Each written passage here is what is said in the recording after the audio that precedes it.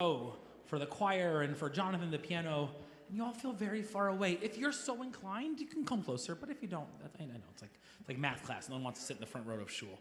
All right. So, really grateful. Thank you all for being here tonight, and thank you to my colleagues for joining us this evening.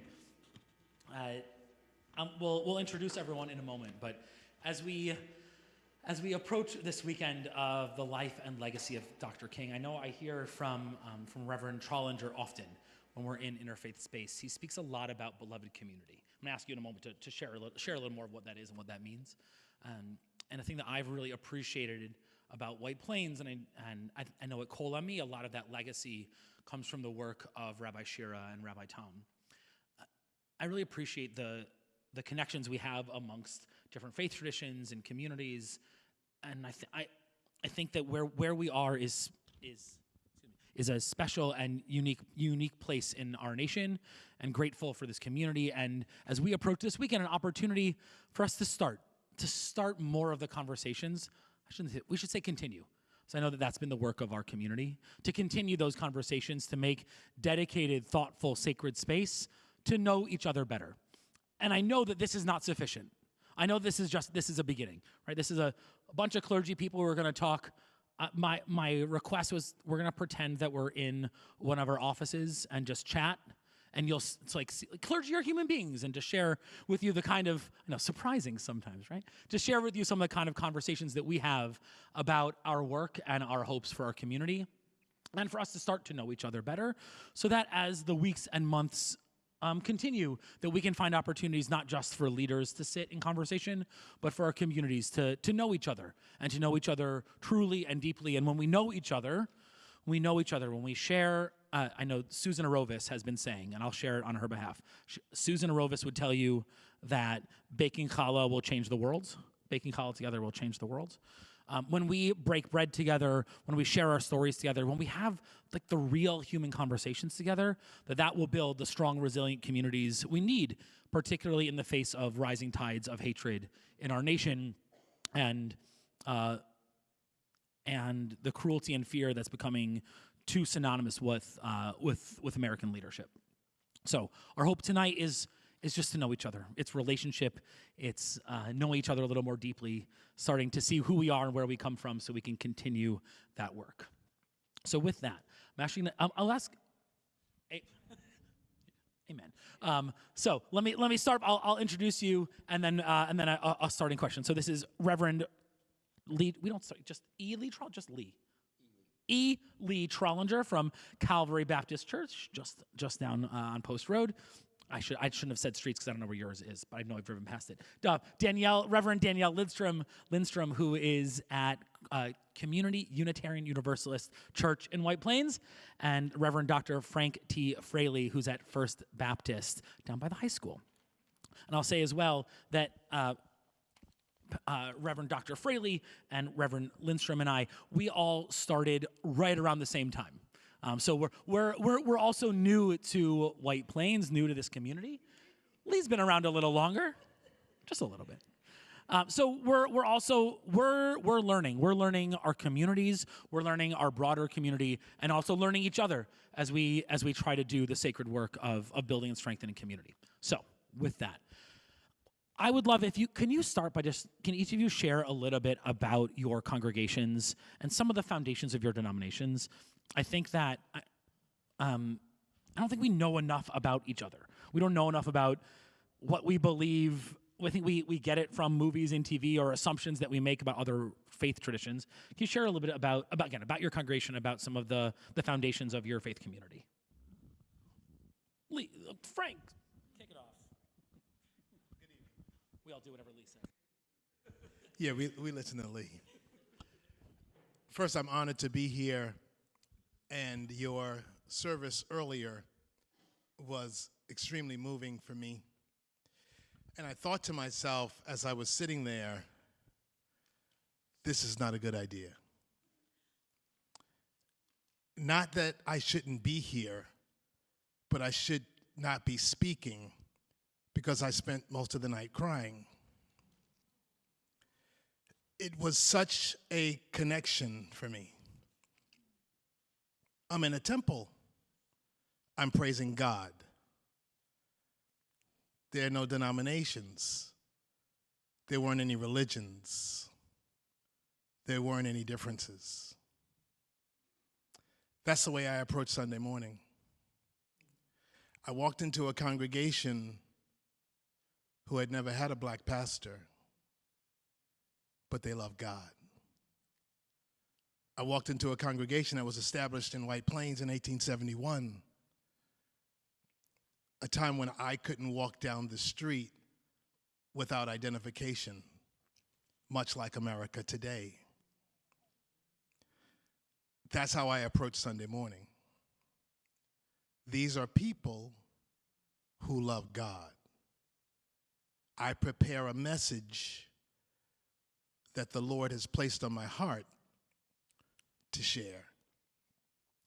What I heard tonight was a message that was placed on the rabbi's heart to share, and it was shared with me. And it was the words of Dr. King that the choir sang. I had never heard anything like that before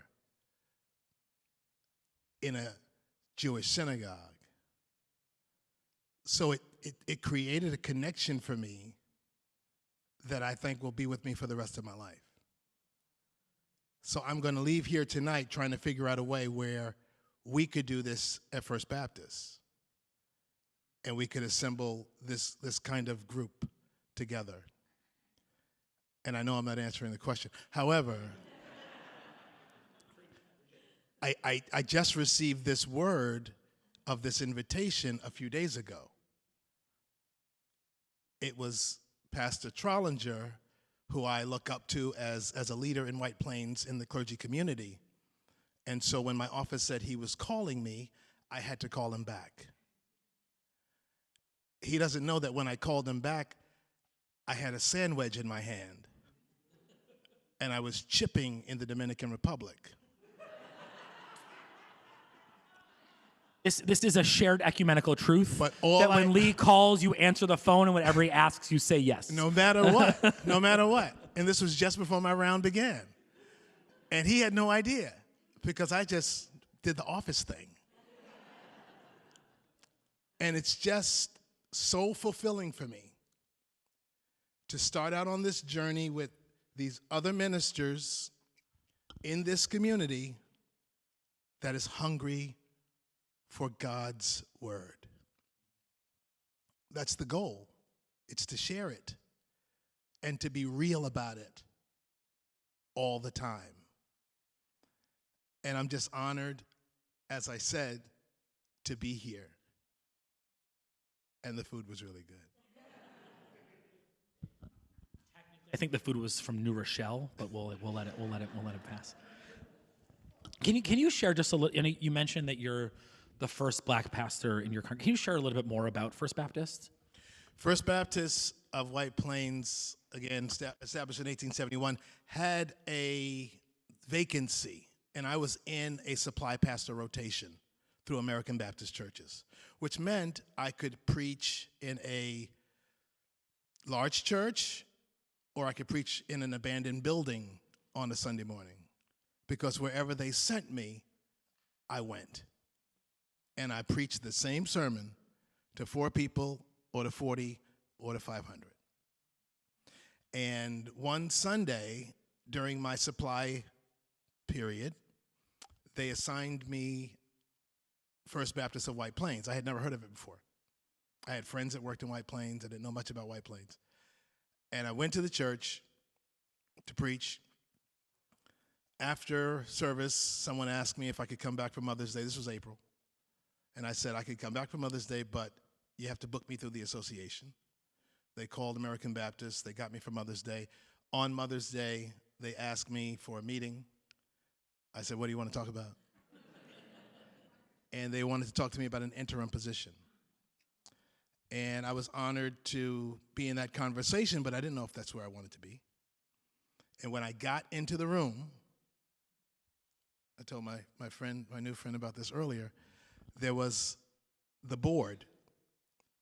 The board was an African woman, a Puerto Rican woman, an Asian man, 2 Irish guys, and an Italian man. And I said, God, what are you doing? And the answer came back, I'm putting you where you belong. I'm putting you with my children. And you're going to share the word to my people. So that's my origin in this community. And it has been a joy every day since. It's just amazing. And I know that you also mentioned like that demographic structure is unusual within the denomination too. Totally. Yeah. Well, I on the word denomination, I got a problem. This is not. Sounds Jewish. This is. I do, and I speak of this often from the pulpit. Jesus came for disciples. We made denominations. Jesus came to unify. We decided to separate. I'll do any funeral, Lutheran, Episcopalian, Catholic, I don't care which branch of Christ you think you belong to. I belong to the whole body of Christ. So I don't preach denominationalism. I happen to be born Baptist. If my mother were Methodist, I'd be a Methodist preacher. So I went to church with my family, and it happened to be a Baptist church. I happened to pastor a Baptist church, but I try to live a Christian life, not a Baptist life. Because it really doesn't matter how you pray, where you pray, or who you pray to, because it's the same God. And if it's the same God you pray to, I don't know why we're so hung up on what you call yourself. I just call myself a Christian who happens to be Baptist. Thank you for that's a really beautiful universalist vision. I think in Jewish community, we talk a lot about the role of universalism, and particularly as a small micro minority of the human family. What does it mean to be both particularists and universalists? And the president of my seminary, I was at a seminar he taught some time ago, and he said we have our particular responsibility to universalism, which I found to be very this is my language. I've got my words or my stories or my books or my prayer that we say, but the vision is shared. The vision is human. The language is particular. Thank you for sharing that. Danielle, tell us about your church and you and whatever else is on your heart. Thank you so. Ooh, she's loud. Sorry, that preacher voice comes out. I'll just hold it down here. Am I good? I can. Okay. Thank you so much. I'm just so grateful to be here, to be with you all, to be practicing what it means to be in relationship, to be in community. Thank you to my colleagues. One of the things I love about these spaces is that you're going to hear from our hearts this evening. We're going to tell you the truth as we understand it in this moment. And as a Unitarian Universalist, I can only promise you the truth in this moment. It could be different the next. We're committed to our learning and growth in our spiritual development. We learn and grow through our relationships, through making space to listen to one another's stories, to find spaces of similarity, and to say, I'm from Michigan. I'm learning a lot about New York and a lot about White Plains coming from the Midwest. Unitarian Universalist is a really long name. Community Unitarian Universalist. We have claimed that Universalist title right there. Our history, our roots are in Christian Unitarianism, believing that God is one, and in the Universalist theology that said God is so loving. God is so loving that everyone is reunited in that love. So our call is how we treat one another. We create heaven or hell on this earth. So how I treat you, how you treat me, how we treat our communities is how we practice our faith as Unitarian Universalists. I am still relatively new in my second year at Community Unitarian Universalist Congregation. I'm going to call it CUUC from now on, yeah? Over on Rosedale, a committed group of folks. And one of my questions for them was, do you love each other? When they were looking for a minister, I said, you don't got to like each other. That's not what we're talking about, right? Right, that's impossible. But do you love each other? Can you show up for one another? Can you listen? Can you ask really good questions? Can you make a mistake and try again tomorrow? And each time we answer, yes, yes, we are building deeper community. So thank you. Thank you for saying yes to being here, to saying yes to expanding who we are, our hopes for one another, and what's possible here in White Plains. Daniel, when we were talking before, you were saying that, can you share a little bit more about like how Unitarian Universalism like functions? I know like you guys, your denomination isn't one that has a particular, it's like you don't have like particular canon of sacred texts. It's a universalist tradition. What does it mean? Like how does it? Can you share a little more about how it functions to people who have we'll say basic at best knowledge of what your tradition is? Yeah, absolutely. So we like to say our favorite joke is if you've been to one Unitarian Universalist congregation, some of us have heard this. You've been to exactly one Unitarian Universalist congregation, right? We each have our different cultures, our different styles, our different ways of being.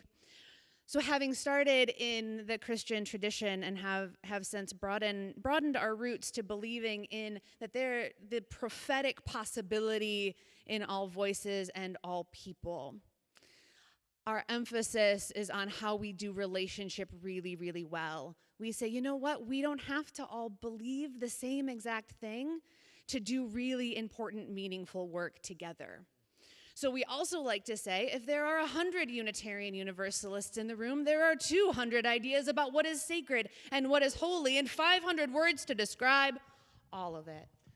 And yet it is that relationship and commitment to being together that actually we see that difference as a strength and an opportunity.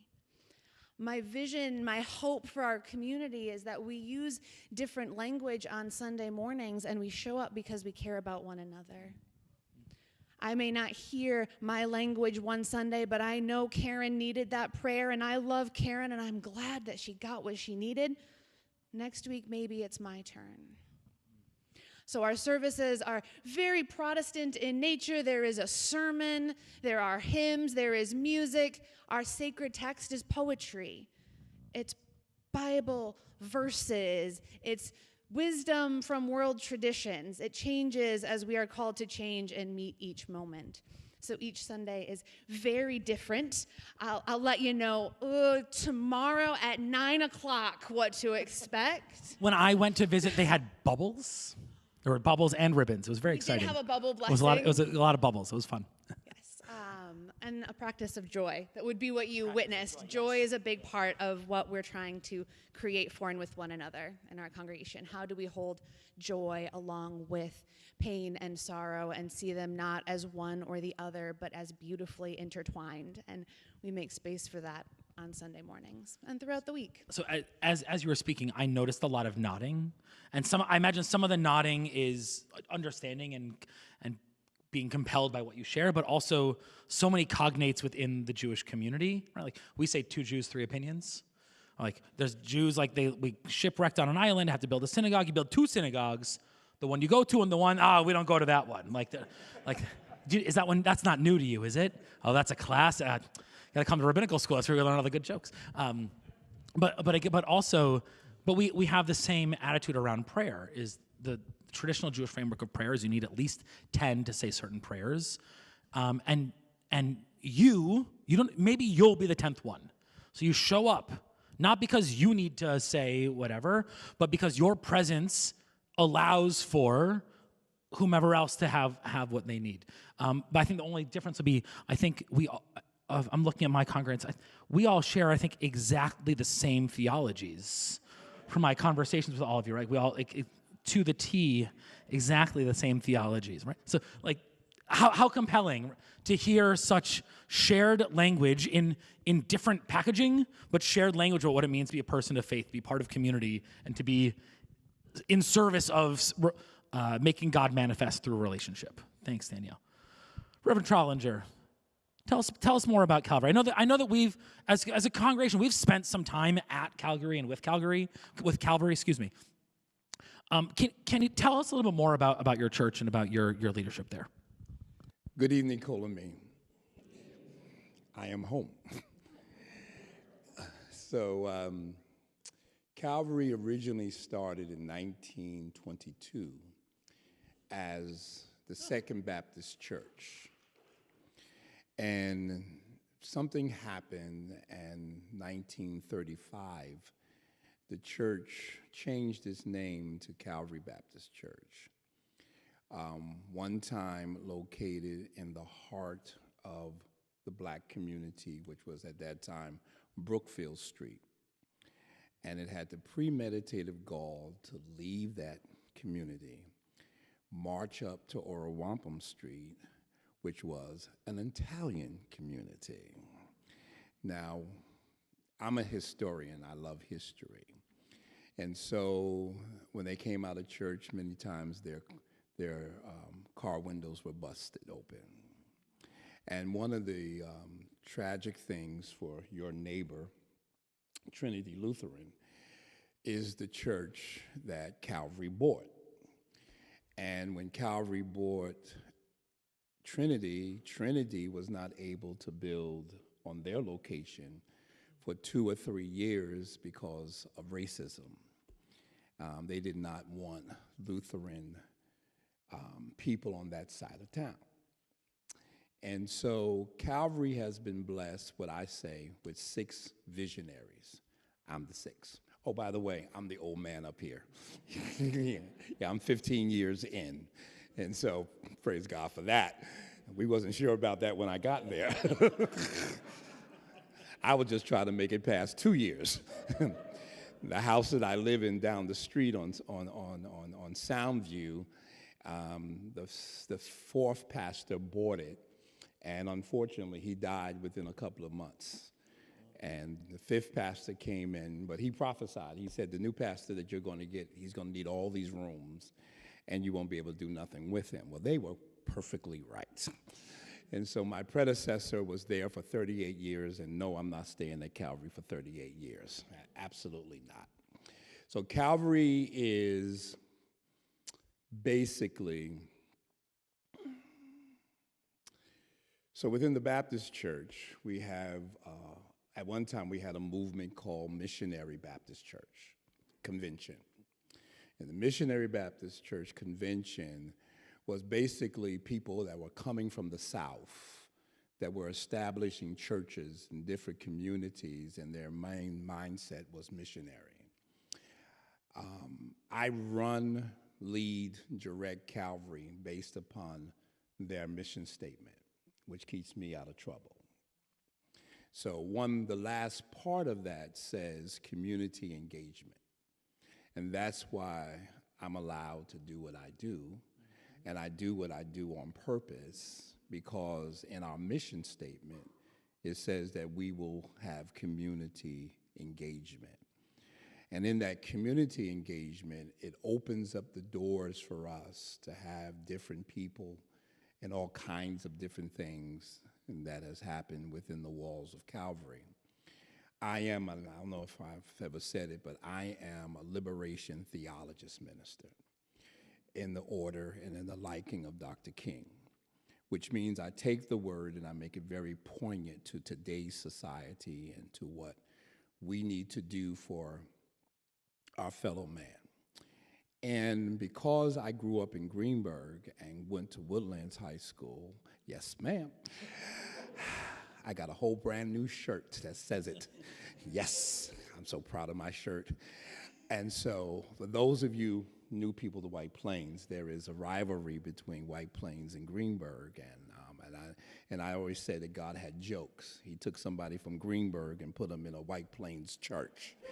I said, ain't this about something? And so we have our different things. But I went to Atlanta, Georgia to go to school, and I went to a school called Morris Brown.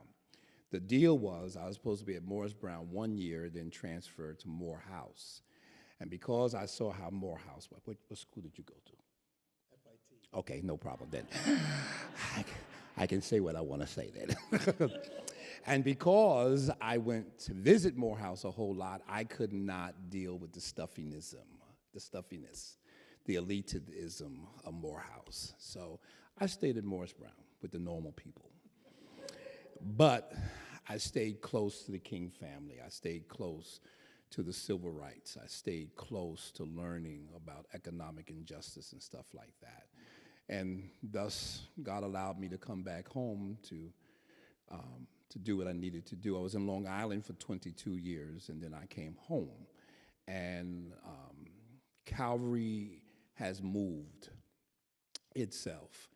And my two buddies, my three buddies that left me and gave me new friends, from Shira to Tucker to Les, they all left me. And I'm still not happy with, I don't like her either because everybody retired and left me here, by myself. They gave me, Jason I met because by order that he had to know me, Rabbi, right. And then Rabbi Tucker told Rabbi Tucker, you have to know Lee Trollinger. And then I haven't met the new person less yet, but I'm going to. But what happened, one of the things, I'm just going to flow in this community engagement situation. So when Charleston massacre happened, we knew in our community that we had to do something. And so when I made a call for us to have a rally and a march for my New Jacks, the Jewish community marched down to our church, filled my sanctuary with Jews, Catholics, and non-believers, and there was nowhere to stand. And for the first time in the city of White Plains, in my about 60 at the time, we saw our community come as one. And we marched because it didn't make no sense. And we kept on marching because we knew that in engagement with one another, we were giving a signal to outsiders that you can't do this in White Plains. So some of you may know, may not know, but I'm the chaplain for the city of White Plains for the police and the fire department. And one thing I do all the time in regards to police officers that have transferred from New York City, before I pray, benediction or invocation, I take a moment and say, this is White Plains. We are not the city. Anything that you think about, don't think about it. Because we are community, we are related, and we care for one another. And I tell every police officer that. Because I don't want them to make the mistake that you can do what you do in New York City and do it here in White Plains. Because we are a bunch of people that do care for one another. Lee, thank you for sharing that. With that in mind, can you give us the 101 when you say beloved community? Yeah. Again, I think that since I've arrived, there's been you've organized a number of interfaith gatherings. We've been together at vigils and communal moments and with clergy and with lay folks. I hear you mention that a lot. Can you share what is that? And the words, I get a sense of what it means, but for those of us who may not be studied in it, can you share about Dr. King and what he meant when he said beloved community? Dr. King, to me, believed in the possibility that humanity could love one another. He believed that despite of our histories, despite of our sojourn, we had things in common, universalists. That we could love, care, support, defend, and fight for one another. And the beloved community is just breaking down the two words, be love. Be. Be who you're supposed to be, and love. And love is without consequence, without structure. I'm talking about limitations or house span and stuff like that. It's just love. I was sharing with a rabbi this morning. He's called me up and we went to breakfast at our spot. And so we see you when we go to our spot. Yeah. And so we were eating, and I was saying to him that the fact of the matter that in our whole, within the Old Testament and the New Testament, and that's a whole nother conversation for later, that it says Jesus is being challenged, and he says, what is the greatest commandment of them all? And he says, love the Lord thy God with all thy heart, with all thy mind, and all thy soul, and love thy neighbor. You sang that one. It's on page, 22. I think it's on page 22. That's the Ve'ahavta. Yeah. Love your neighbor as you love yourself. That's in Leviticus. That's Ve'ahavta l'reacha kamocha. You know that one too. Okay. But then, maybe 3 chapters later. Page 23. I'm so sorry, page 23. But 3 chapters later, Jesus then says these words, a new commandment I give unto you. Love you one another as I have loved you. And I make the distinction that he loved beyond love, and he showed us how to love. And so the essence of the beloved community is that everyone can have the distinct difference of who they are, but love each other. Because when you love each other, things could be passed by or overlooked because love makes no distinction. Love is just love. So when I saw Danielle tonight, we haven't seen each other a minute, we went to hugging. You know, it's just love. And so when King talks about the beloved community and Rabbi Herschel and all the rest of the Catholics and the other people come along, they have a connection that the Klan didn't understand. They had a connection that JFK didn't understand, and Johnson didn't understand, because the same way that I made the call for the Charleston 9 is the same way that King made the call. No, those of you have seen, some of you were born during that time. I'm just make you understand. I was just 6 years old. But that time that y'all lived through, and you saw what happened on Bloody Sunday, made the world say, we're going to Alabama. And I just want to say this, Jason. I went down to Alabama for a vacation, and the people said to me, you're going to vacation in Alabama? Who goes to vacation in Alabama? A historian. That's who goes to Alabama. And I never forget, I was riding from Montgomery to Selma. And while I was driving, I said, wait, these people walked this highway? Oh, I looked up towards heaven. I said, thank you, Rosa. Thank you, Martin. Thank you, because no. And if you want to do the distance, it is literally walking from White Plains to the Delaware Memorial Bridge. That's how long it is. And I said, that's dedication. And think about it. It was black, white, Jew, Catholic, non-religion.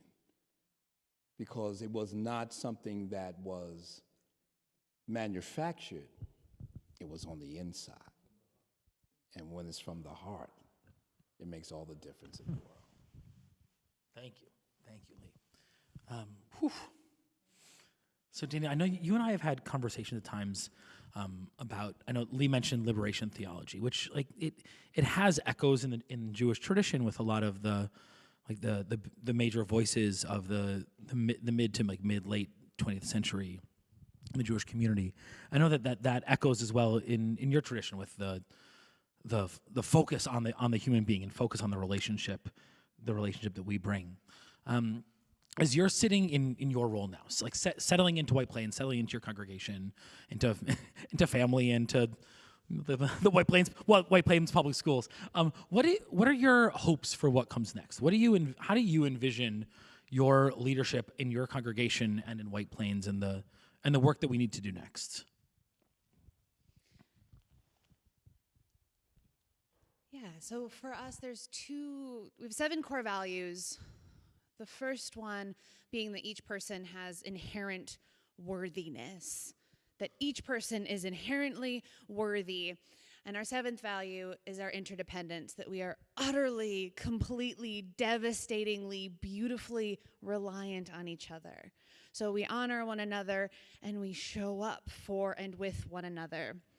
The line when I hold for leadership quite often is around, my hope is that when the work is done, everyone looks around and goes, look what we've accomplished together. Look what we've made possible through our commitment to showing up to conversations like this, to learning and getting to know our neighbors, right? To continuing to build relationship, and how much of that work is done over breaking bread and sharing meals. Relationships move at the speed of trust. How do we build trust with one another? It's not mine. I just stole it. But how do we build trust? We say yes when we get the call and we're invited to speak and share our hearts, right? When we say yes to that call that says, I need support. Can you support me? Can you help me? Can you?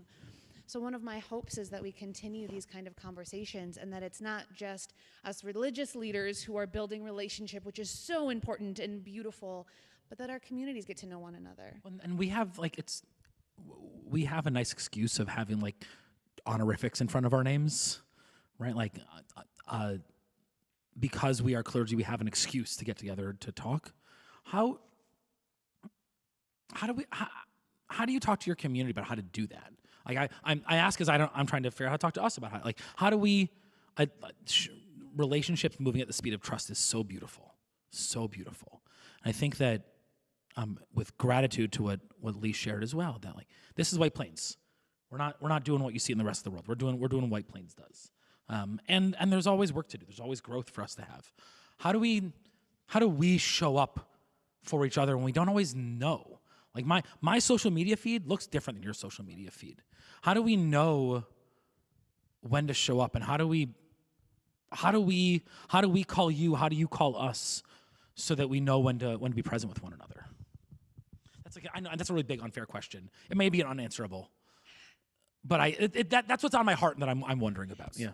So one of the first things early things that we did together. Yeah. So I noticed your progress flag that you have Yeah. out there. Yeah. We said, we have a table at White Plains Pride. That's right, yeah. And you said, hey, sounds cool to have a table. What if we had an ecumenical shared tent? It, and we had an ecumenical table at Pride, and we showed up for our community. We showed up as religious leaders in relationship. We were hyping each other up to say, if you're looking for this space, it is here. If you're looking for this space, it is here. Part of it is, wow, it's sharing a table. Danielle brought a lot of glitter and stickers, which we also really appreciated. I brought a lot of rainbow-themed candy, and Danielle had a lot of other stuff. We have a glitter blessing glitter tradition that is quite popular in our congregation, where we share glitter with one another to say that you are inherently beautiful. You sparkle and shine like the stardust. You are loved. You are whole. You are holy. And we share that message. And so part of it is looking for those opportunities to say, here's something we can do together, and making the call. That's finding the moments when we can show up together and doing it. And I know we were very grateful that y'all made space for us, and we were able to share that moment. We got to talk. It's almost June. We got to talk about that again. Frank, over at dinner, you were talking about Dr. King's connection to your family. Can you share with us a little bit about that? But I'll say the context I'm thinking about. I think a challenge that we have in the Jewish world is that we talk a lot of we love Abraham Joshua Heschel. We love the Heschel march with King. We love that Eugene Borowitz and Al Vorspan and a gaggle of rabbis went to St. Augustine and wrote the letter that we read and study, and And at times within the Jewish community, we can rest on the laurels. Here's what we did. Look when we stood together, and we've continued. I have pride of joining a community that has found ways to show up and stand together across lines of racial, economic, and religious difference. How has the legacy of King impacted you and your career and your leadership of your church as you imagine what you'll do now that you're not a what was the phrase of like the move around pastor? Supply pastor, and not an interim. Not now that you're in a settled role. Well, the connection with the King family is that Daddy King, Martin Luther King's father, went to Morehouse College with my pastor, Sandy Ray. They were best friends. They were roommates. And Martin and his brothers, sisters, family, everybody, grew up calling my pastor Uncle Sandy, Sandy Ray. And so as the civil rights era was coming on strong, Martin would rely on the counsel of these older preachers, one of which was Dr. Sandy Ray. And at any point when Dr. Ray would call Martin to come to Brooklyn to preach, he would be there. And so as a child, we just knew that Martin Luther King was Dr. Ray's nephew. And we grew up with that understanding. We also grew up with the legacy of Morehouse sort of hanging over the church because the pastor who followed Dr. Ray was Dr. Harry S. Wright, who was also a professor and a student at Morehouse College under Benjamin Elijah Mays. So our church grew up in the height of the civil rights era, Gardner Taylor, Bill Jones, William Augustus Jones, all these names you know. And these were all leaders in our community, and these were all mentors of Dr. King. So it was a very close relationship between he and our church. When he was stabbed in Harlem, he recuperated, not in the hospital, but at the church parsonage on President Street in Brooklyn. So my historical references to now understanding this great leader informs my preaching in a way that just pushes me toward that beloved community that we were talking about. And when I said I got into the room, this United Nations room of board members that I met for the first time, I sort of understood that we all belong in the same room. We don't give ourselves enough opportunities to walk in to the rooms we belong in. This call was a call to me, walk into the room. My call to my congregation every Sunday is to walk into the room. What room is that? It's not the sanctuary. Our sanctuary service is from 10:30 to 11:30. I grew up in a church where the service was 3 hours long. When I found out they were 1 hour, I said, I like this all the more. But after service, there's this thing called fellowship. Oneg. Okay, all right. And we do it every Sunday. And these conversations that we're talking about, not just having among clergy, are happening in fellowship every Sunday. These are people from everywhere.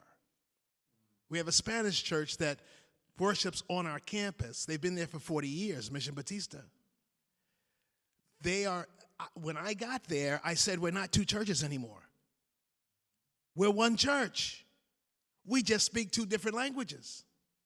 So on Christmas, we worship together. On Easter, we worship together. At any other time during the year, when I speak to Pastor Magana and I say, we should have a joint service, we'll have a joint service.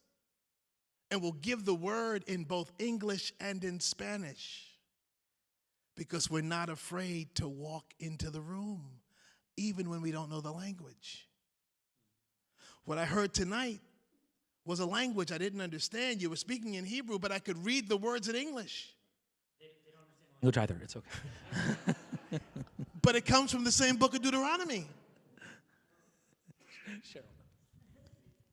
So it's just a matter of us getting in the room and not being afraid to go in. Yeah. And too many of us are afraid to go in because the people inside are not like us. Right. Yeah. They don't sound like us. They don't live in our neighborhoods. I mean, I'm fortunate. I have a congregation that lives all over White Plains. And they come together every Sunday. And then they talk. Yeah. That's where it starts. It starts with a conversation. And if that conversation develops into love, then we've done our job. Yeah. Because I know this conversation has already developed into love. And you have heard that on the Bima too, right? You've heard a rabbi tell you that oneg is sacred.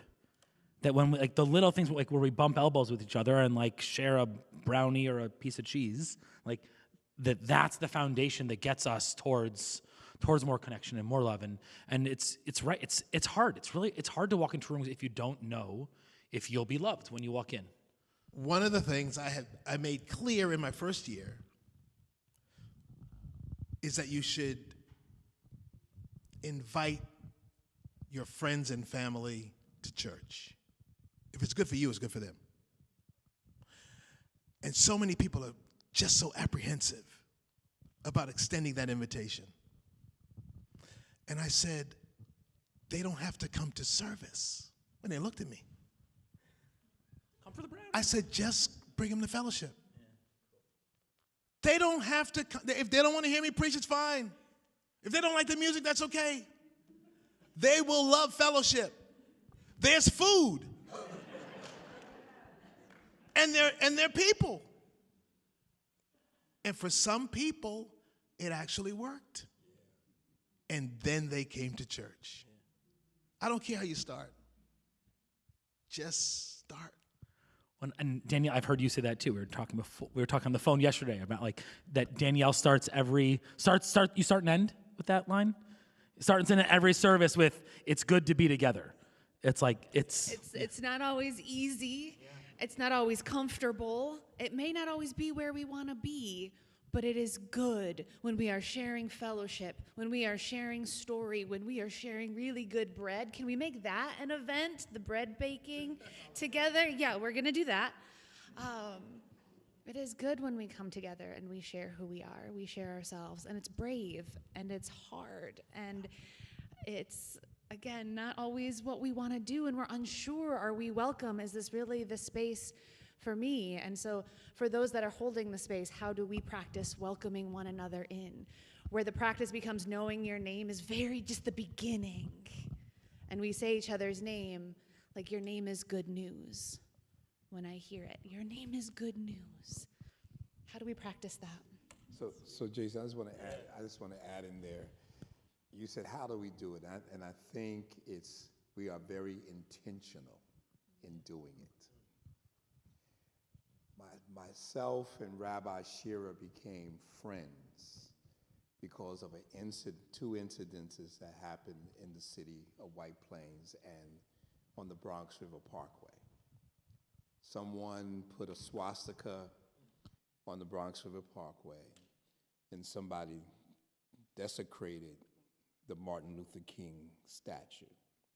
I'm the president of the Ministers' Council, and so I don't know if Shearer called the meeting, but I had to come here.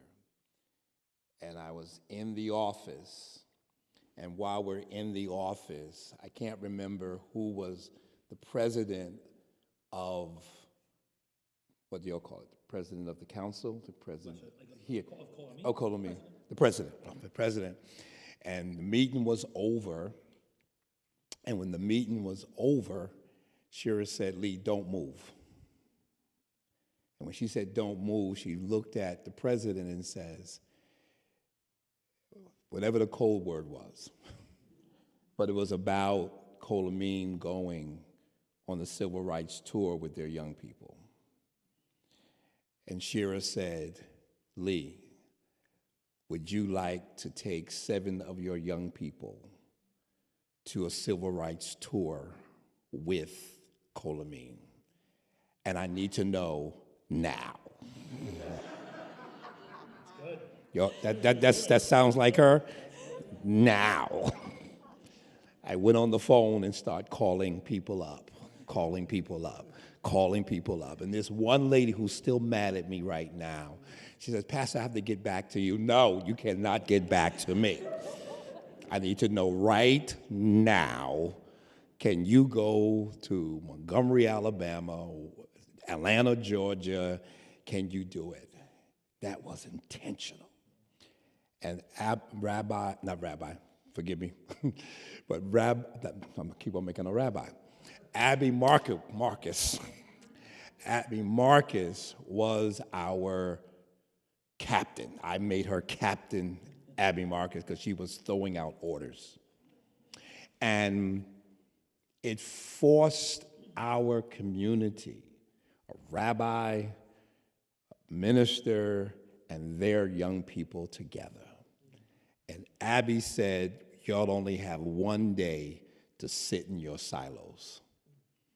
And the next time on the trip, next day we were on the bus, adult people up front, young people in the back, and we developed community even to the point for still now with graduations and all kinds of stuff, we began to learn each other. I was happy to go into the synagogue that told Martin to chill out, just wait. Because if that rabbi had never told Martin to do that, he would have never wrote the book, Why I Can't Wait. It was amazing to go into the synagogue in Atlanta, where I went to school at, and to be at the temple, and to see the Torah, and to see that the police were still there. It was like crazy, but it was intentional. And when we make it intentional, the next generation can be able to say, we hung out together, we understood together. And the only part of the whole trip that was really messed up, you want to know what it was? Would you like to know what the one thing was messed up? The one thing that was messed up, we went to a church in Alabama, and the church was so concerned about the kosher meal that we had spaghetti and pizza. I'm sure the kids loved it. I was upset. Because all of the adults were waiting for a real Southern meal. And I am upset. Now, I'll tell you why I'm upset, right? Because we found out that we only had one kosher person on the bus. One. And I was upset. We get to the temple in Atlanta. We've got fried chicken. We've got mashed potatoes. We got string beans. I said, if we do this again, I'm going to find out who's kosher. And if it's only one person, we're going to bless you with every kosher meal you need, but the rest of us are going to eat. That was the only thing that was messed up with the whole trip, but it was intentional. Yeah. That even now we have relationships with each other. It's intentional. Well, I know we have a few friends from Hitchcock who are here tonight. I don't know if it was that trip, or I know there was another trip that went where some folks from Hitchcock Presbyterian Church also went on one of those teen missions as well. I want to come back to something, Daniel, that you had said. Sometimes I think Frank, you said it can be hard to walk into the room. I think in America right now, it can be really hard and scary to walk into a room where you don't know. Like the three of us started in you start 23 or 24? 24, right? It's like I started here and had a summer where I met like a cajillion people. We had high holidays, and then the moment high holidays ended was October 7th. And since then we've seen like a rising tide of anti-Semitism in our country. I'll say grateful for the resilience and strength of in White Plains, and I know I've seen and the solidarity that we felt from so many of our clergy colleagues with a rising tide of anti-Semitism and a sense of, as I said tonight, it's noisy and loud, and I know we have our food pantry and hear the fear of our the people we love, who we serve, who come from Hispanic backgrounds or Latino backgrounds, feeling so much fear around what hatred means and manifests, and how it manifests, and hearing from our students, like, not sure if I can walk into that room. I wonder a lot about how, or I don't know if I wonder a lot. I'm really grateful, as you describe, Lee. We went and we were people together, and that when we've broken bread together, when we've done some of the easy stuff together, don't have to agree on all the hard stuff, but a challenge we have in Jewish community is that sometimes English words feel like they don't belong to us. Love can be a really hard word in Jewish community because love is so often associated with something Christological. I know that when I was at the MLK service you hosted last year, there was a young Jewish man who tried to say the word agape. Is it agape? Agape. He said agape. He tried really hard. Agape. Tell me if I got it right. Agapic love is God kind of love, the unconditional God love, right? You say agapic love to a Jew and they get real tight real quick because we don't know what it means. We have Hebrew words which we also don't know what they mean. So trying to access what love, that like unconditional, see another human being, love another human being means. Not that it means agreement, not that it means, but it means that we see each other as human, that we'll show up with and for each other. I wonder a lot about how we do that. I know that we can have real conversation. It can be hard to have real conversation and want to get there when it's a moment that's really hard. And again, the history I've learned of White Plains is about the community coming together for Charleston, about this room being filled with hundreds of people of different races and religions after the shooting in Pittsburgh. How do we keep doing that? What's next? There's too many drive fear, drive hatred, drive language that pulls us apart from each other. And it's so obvious to me what we need is more of each other. And I say that both out of self-interest, out of a sense of like how anti-Semitism manifests, but also because I think it's necessary for human beings.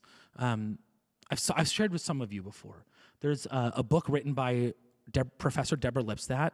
In the Biden administration, she was the ambassador at large to combat anti-Semitism.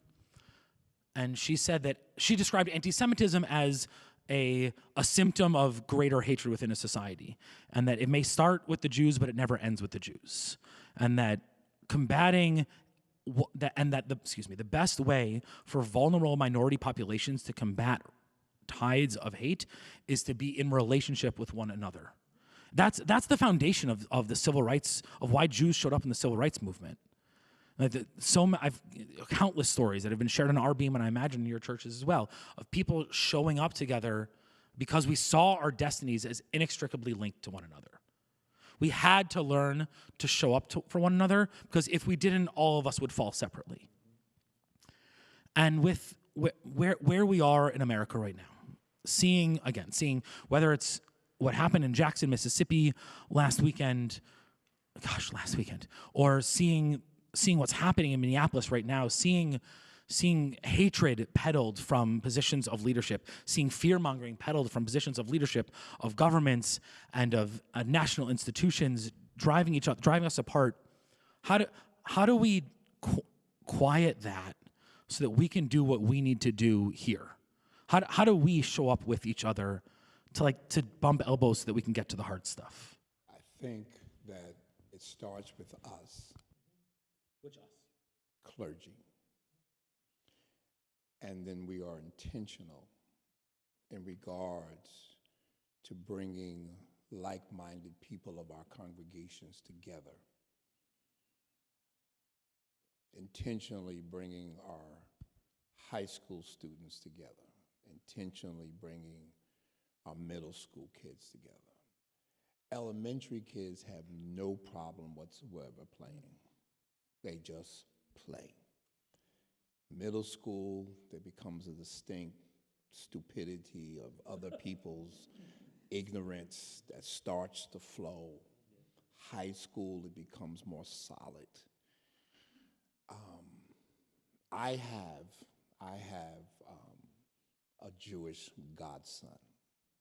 He spoke last year, and is Myra Seeger's son. He became, well, first of all, I told him he was my godson. He went to his mother and says, "What's a godson?" And his mother says, "Reverend Trollinger says you're it, don't worry about it. It's good." And me and him have, since he's been at Vanderbilt University, have had conversation. He comes home and we go to our place to eat. And I like when people stare at us. People literally stare at us. They're trying to figure out what is this conversation going on with this young white boy sitting next to this elderly black man. You know, I'm 66 now, it's almost over. and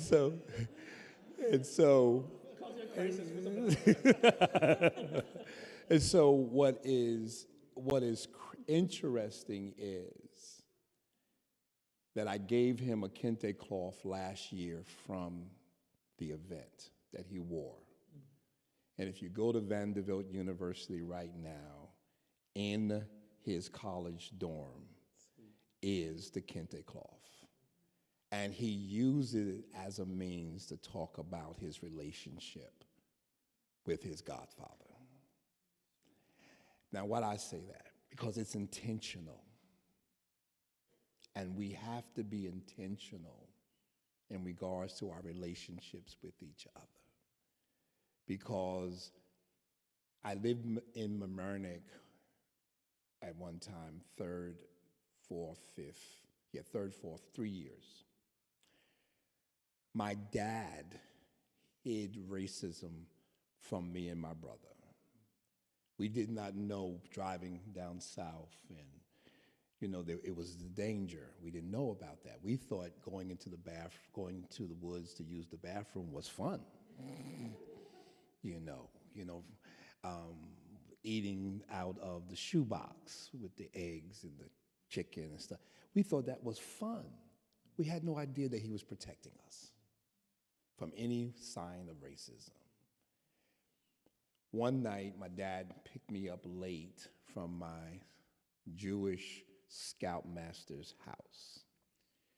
My scoutmaster, and I didn't even know he was Jewish at the time. He was my scoutmaster, so I did not know about religion or stuff like that. And he told me to go upstairs and go to bed. So I went upstairs and go to bed. I'm in the bed, all of a sudden I hear my father's voice yelling and screaming, "Lee, get here, get down here now." My father could not let go of the racism and prejudice that he endured as a child to feel safe that his son was going to be sleeping in white people's house overnight. And then the door of this Pandora box came open, and now I'm learning about racism. And so I make sure that the young kids at Calvary understand what love is, what humanity is, intentionally in regards to understanding other people's hatred does not have to be your hatred. Intentionally. And that's what we have to do. We have to drag the people along with us. One of the things that Pastor can tell you without a shadow of a doubt, which is lost in the sauce of Dr. King, is that Dexter Avenue wasn't too keen on the work of Dr. King. They had a brother by the name of Vernon Johns that opened up the door, but they wasn't too happy. And that's why when you'll see the move, when King moves from Dexter Avenue to Ebenezer, is because the congregation was not too happy with the work he was doing. And so sometimes you have to make people come along with you.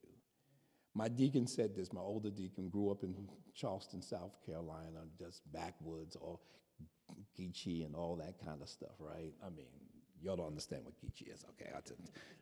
Invite me back, I'll tell you about Geechee. But I never forget the day after Kol Ami and everybody else came to our church with his southern drawl. Pastor, I didn't know what you were doing, but it was a good thing. And when it's a good thing, even when people don't understand it, they'll see good stuff come out of it. So it has to be intentional.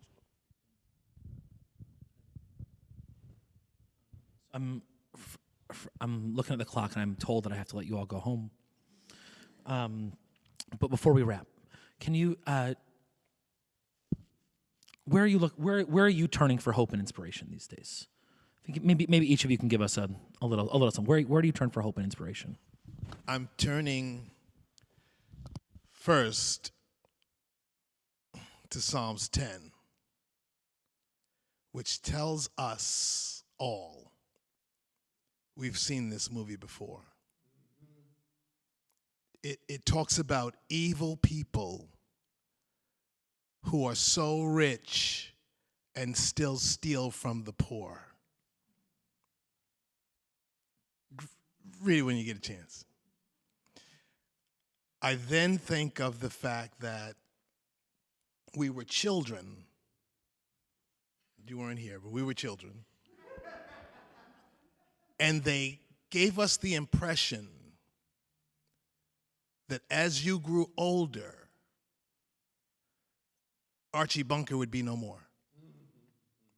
George Jefferson would have a dry cleaner, and everybody would be loving one another in the beloved community. So, given the fact that Psalms tells me these guys don't last, the European guys who do it, the American guys who do it, I don't need to give you the names, you know who they are. They don't last. They have a time, they steal as much as they can, and none of it ends up in the coffin. It all stays here for somebody else. And then we get to this point, and we live this piece of history, and we're so disappointed, as we talked about earlier at dinner, that we have to live through this thing. Where I go to for hope is that I have been in experiences with people that have been so good, I know I'm going to have more. I'm here tonight with a wife I've known since I was 17, who's loved me all that time. And I'm here with a friend who I've known since college, since we were 18. And because of the experience of the Seder at his house in Oceanside when we were kids, and because of the experience of the Holy Communion that he experienced at Cornerstone when we were kids, and the fact that we have been brothers since, I know that I've experienced love, and I will experience more. Tomorrow morning, I will experience more. I'm anticipating it. I'm looking forward to it. I don't care how long these guys last. I might not see them get theirs. That's not my job. It's not my responsibility. God will take care of us. We just have to take care of each other. And if you have done it before, if you have ever done it before, you can do it again with the assurance that this thing that we're witnessing doesn't last. We just want to see it happen in our time. We're all so selfish. It's going to be all right. We just may not see it ourselves, but I feel it already in my heart, so I don't have to see it. Other people I know, I hear it every day, they have to see it. They want to see it. They want to see him get it. As far as I'm concerned, the devil's got him. He's gotten his already. But I'm telling you, as you leave this place, if you've ever loved somebody who you didn't know or you just met at Whole Foods, you can do it again. I plan on doing it. And I know I'm not alone. Because now I got some clergy homies in White Plains I could do it with. So thank you. I'm just honored. Thank you.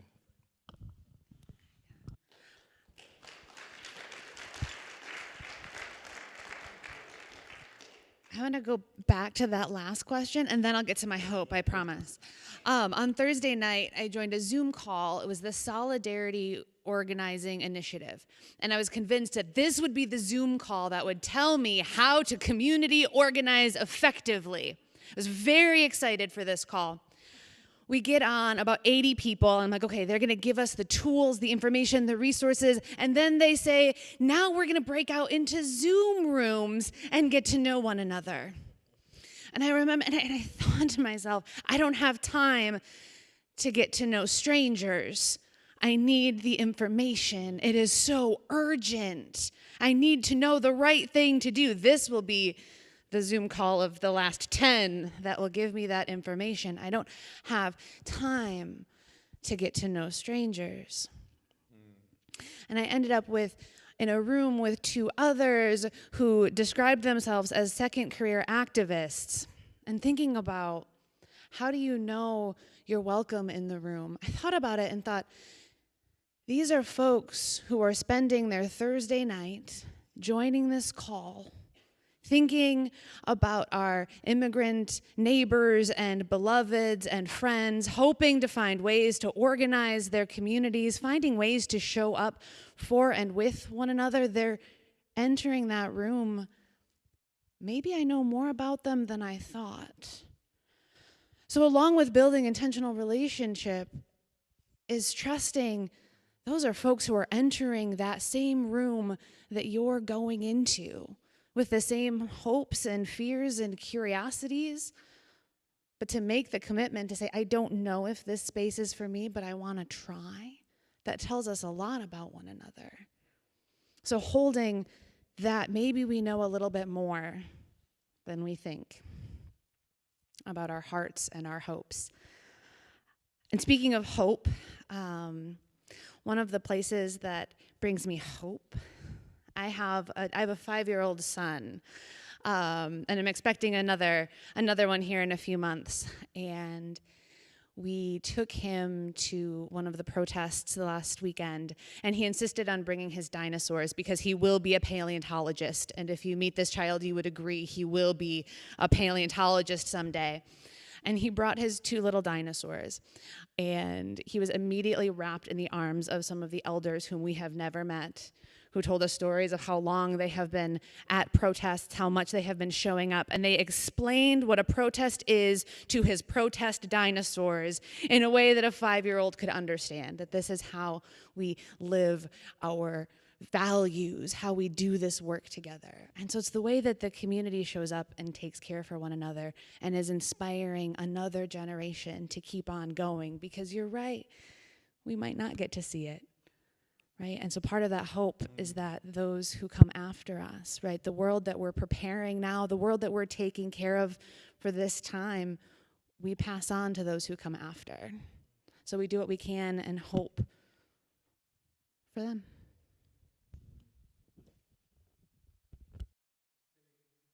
Area with Dr. King. Danielle said it and ringed in my head because I was searching in my head about hope. She said something.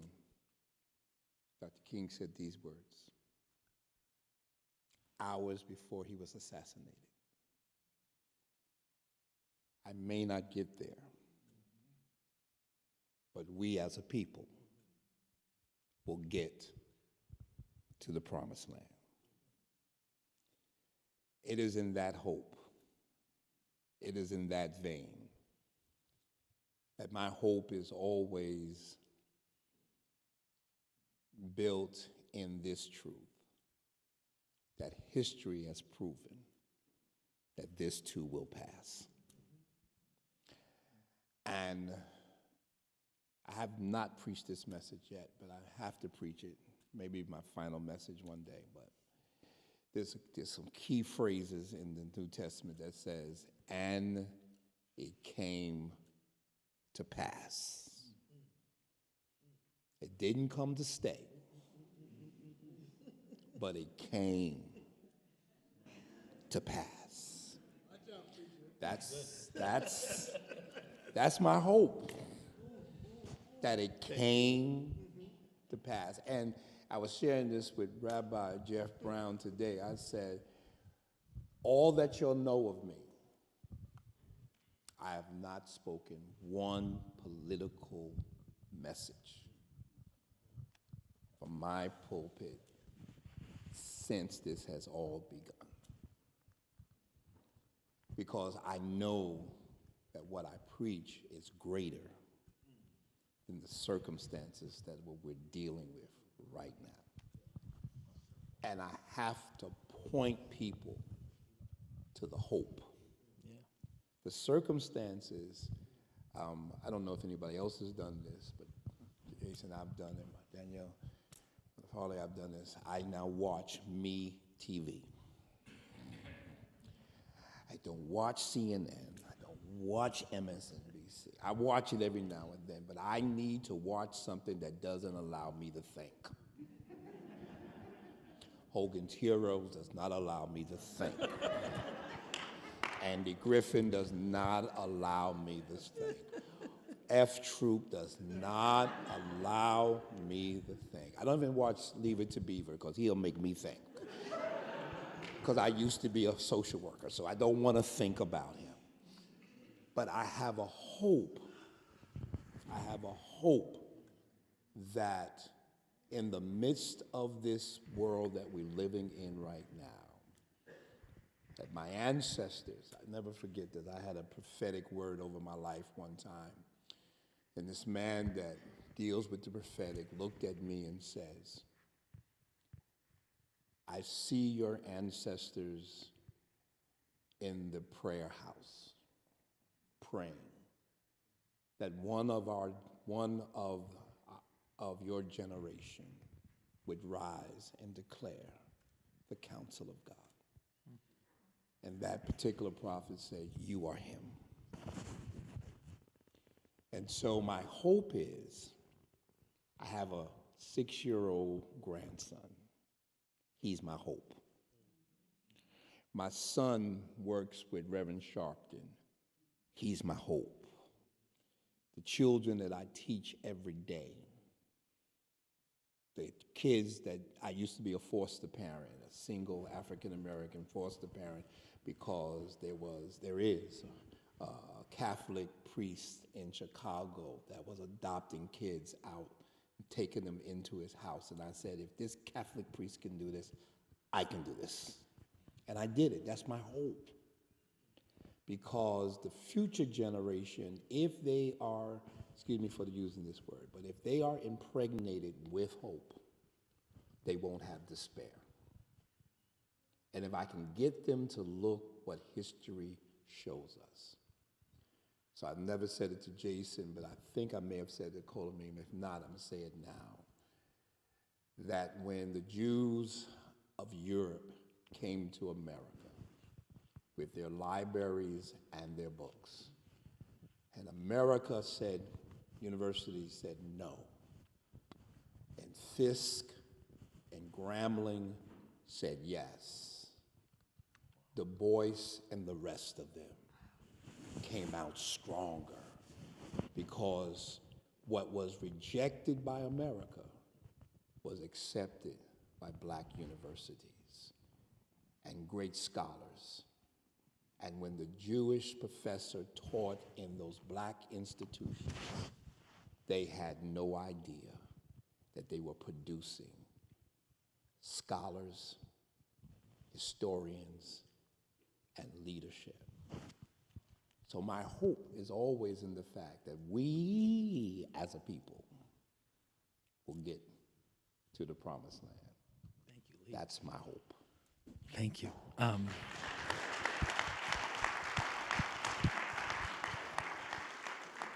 A last word, and then I'll let you go home. There's a Talmudic text that says, if you want God to feed the hungry, go feed the hungry. If you want God to clothe the naked, clothe the naked. You want God to give a home to the homeless, you give a home to the homeless.